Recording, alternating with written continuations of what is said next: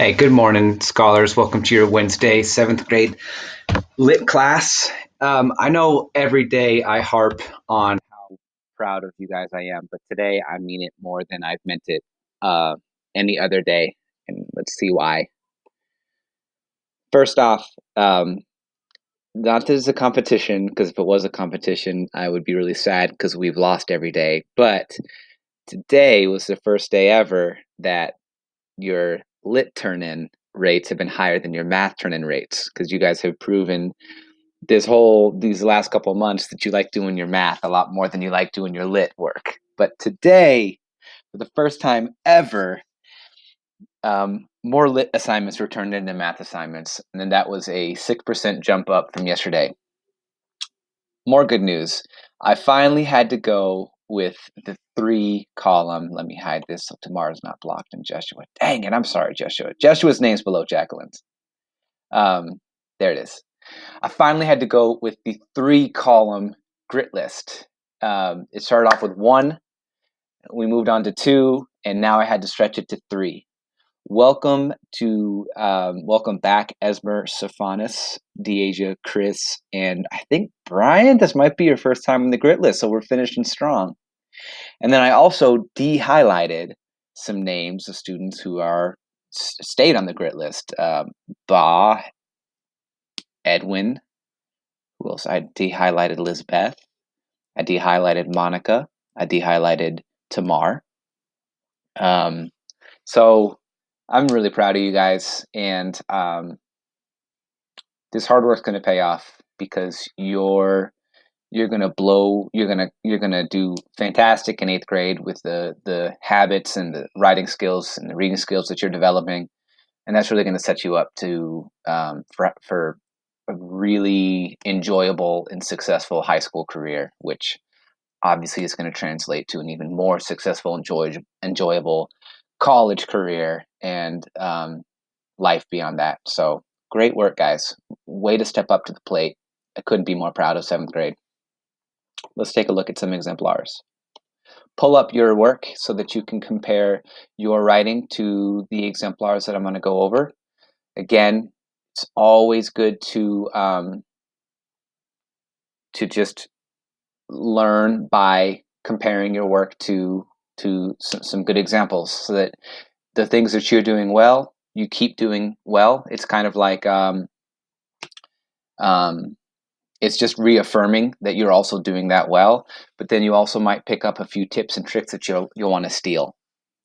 I use Chris V's answers for number 1.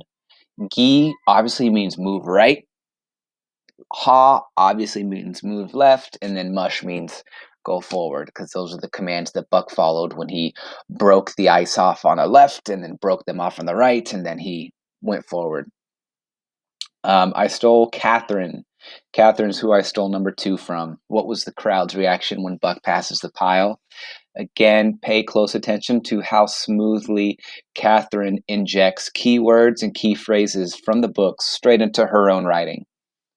When Buck passed the pile of firewood, the men did not cheer, but roar.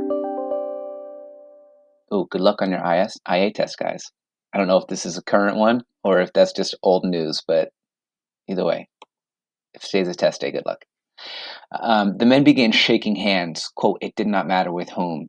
No matter if they did not know the people or bet the opposite.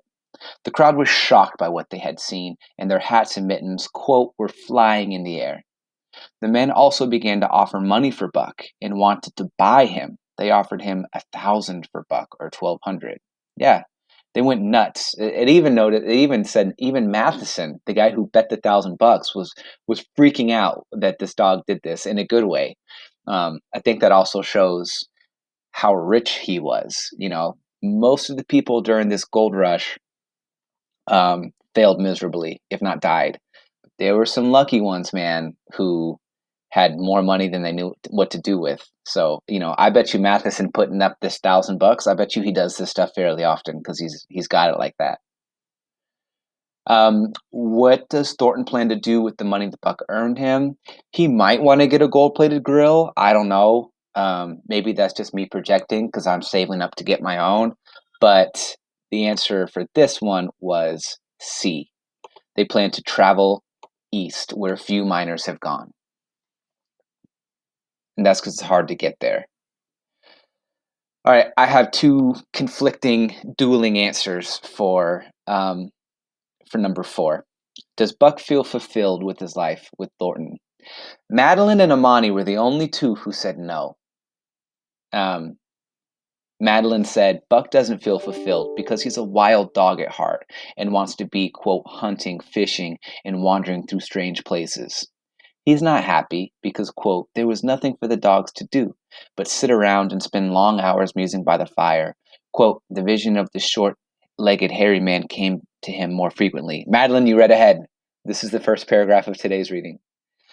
He wants to go out and do things, wander around instead of sitting by the fire and thinking about the wild calling him. And he's thinking more about the wild now that he has nothing to do. Nice job, Madeline. Good answer, accurate answer. You proved your point well. You embedded evidence well. Mon said, and her answer was short, but this was also a 2-point question. Madeline went a bit above and beyond, which is fantastic. Mon's is good too, though.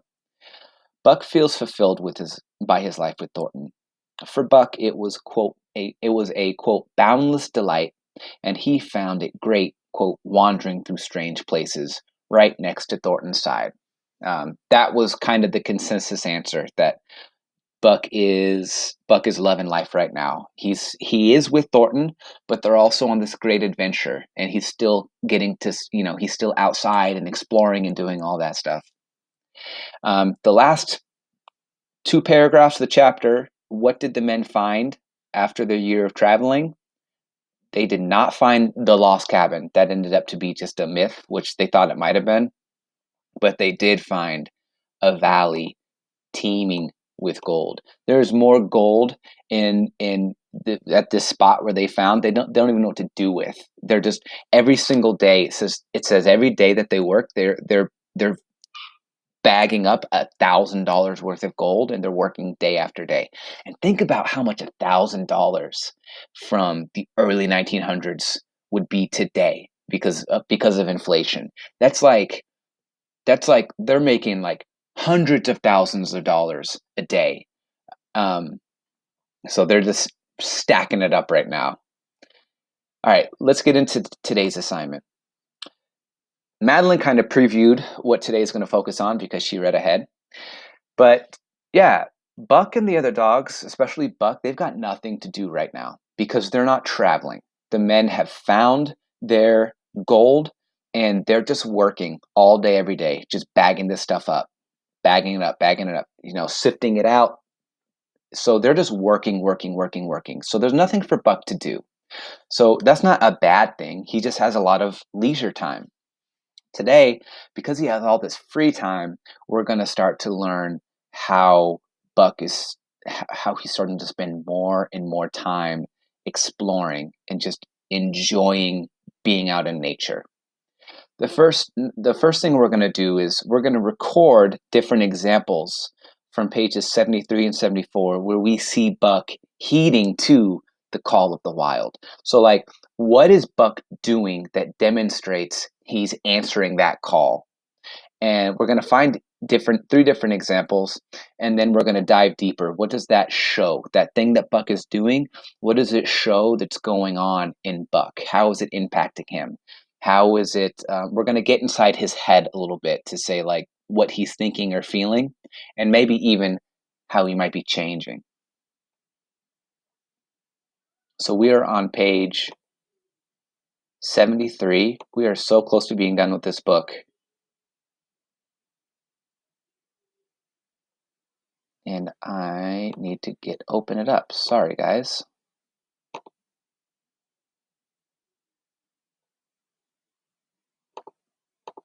All right, let's get to page 73. We are looking for different examples that show Buck heeding to the call of the wild, and then we're going to analyze each of those examples. All right. We're right here. There was nothing.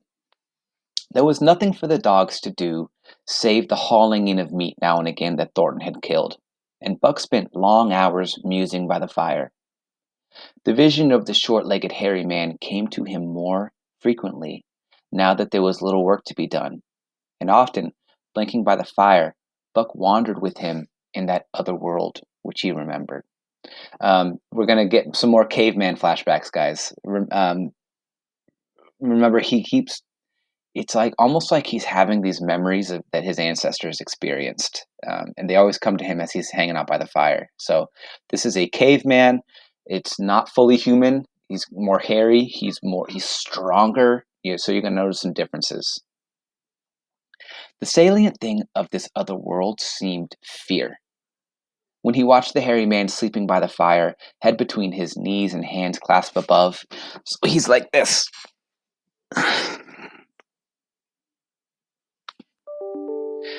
Buck saw that he slept restlessly, with many starts and awakenings, at which times he would peer fearfully into the dark and fling more wood upon the fire. Did they walk by the beach of a sea, where the hairy man gathered shellfish and ate them as he gathered, it was with eyes that roved everywhere for hidden danger, and with legs prepared to run like the wind at its first appearance. Through the forest they crept noiselessly, Buck at the hairy man's heels, and they were alert and vigilant, the pair of them, ears twitching and moving and nostrils quivering, for the man heard and smelled as keenly as Buck. The hairy man could spring up into the trees and travel ahead as fast as on the ground, swinging by the arms from limb to limb, sometimes a dozen feet apart, letting go and catching, never falling, never missing his grip. So he's like Tarzaning right now. In fact, he seemed as much at home in the trees, among the trees, as on the ground. And Buck had memories of nights of vigils spent beneath trees, wherein the hairy man roosted, holding on tightly as he slept. I'm going to pause there because I think we found an example of Buck heeding more to that call of the wild. I'm going to go all the way back up to this, where it said,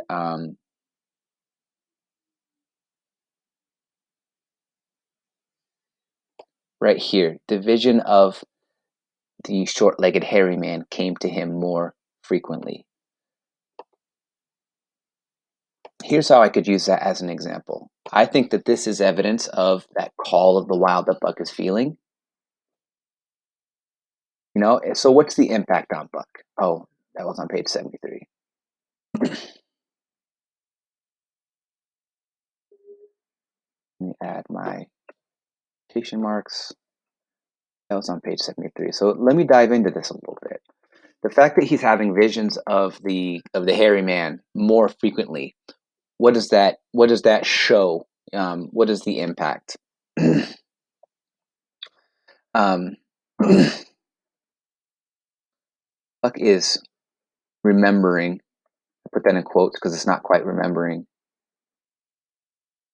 more from his ancestors. I'll say more and more from his ancestors past as he. Let's stop that. Buck is remembering more and more from his ancestors past. With all of this free time now has to spend time in the wild and to just dream. His dreams are those of his wild ancestors. Part dog, wolf. So there's an example of Buck kind of hearing that call of the wild more. And then I get into his head. little bit on the impact, or I talk about what he's thinking, what he's feeling, or maybe even how he's changing. Okay. Um, so I'm going to delete these so that you have 3 fresh spaces. But we'll find another example together. I just won't do the full impact for you.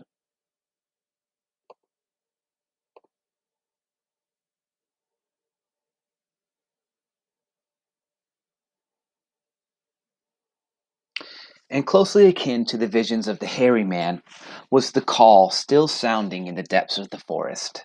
It filled him with a great unrest and strange desires. It caused him to feel a vague, glad sweetness, and he was aware of wild yearnings and stirrings, for he knew not what. Sometimes he pursued. So this call is powerful, but it's also mysterious. He's kind of glad for it, but it's also weird. He doesn't know what it is or what it is he even wants. He just knows it's out there.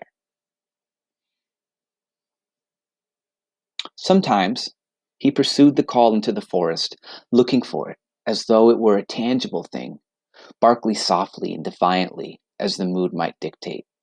You might use that as an example, scholars. Him actually looking for this call because he feels it so powerfully, right? I won't do too much of the impact, but you might use this as an example. He sometimes pursued the call into the forest, looking for it as though it were a tangible thing. That could be a good example that you use. He would thrust his nose into the cool wood moss or into the black soil where the long grasses grew and snort with joy at the fat earth smells. That could be an example too. That's an action that Buck is doing. What does it show, right? What's the impact that it has on him? That meaning him just smelling stuff and snorting with joy. Mmm, or he would crouch for hours, as if in concealment, behind fungus covered trunks of fallen trees, wide eyed and wide eared to all that moved and sounded about him. What's he looking for? As he lays there for hours listening and watching, what's he looking for? What's he listening for? You could use that as an example. It might be, lying thus, that he hoped to surprise this call he could not understand. But he did not know why he did these various things. He was impelled to do them and did not reason about them at all. Irresistible impulses seized him.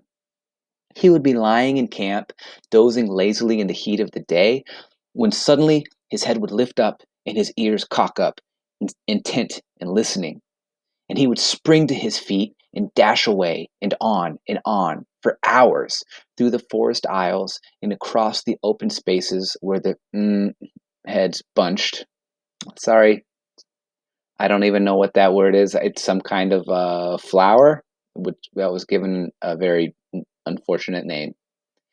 He loved to run down dry watercourses and to creep and spy upon the bird life in the woods. For a day at a time, he would lie in the underbrush where he would watch the partridges drumming and strutting up and down. He especially loved to run in the dim twilight of the summer midnights, listening to the subdued and sleepy murmurs of the forest, reading signs and sounds as man may read a book, and seeking for the mysterious something that called, waking or sleeping at all times for him to come. There's lots of examples that you could use here too, guys. One night, he sprang from sleep with a start, eager-eyed, nostrils quivering and scenting, his mane bristling in recurrent waves. From the forest came the call, or one note of it, for the call was many-noted, distinct and definite as never before. A long-drawn howl, like yet unlike any noise made by a husky dog. And he knew it in the old familiar way as a sound heard before. He sprang through the sleeping camp in swift silence dashed through the woods.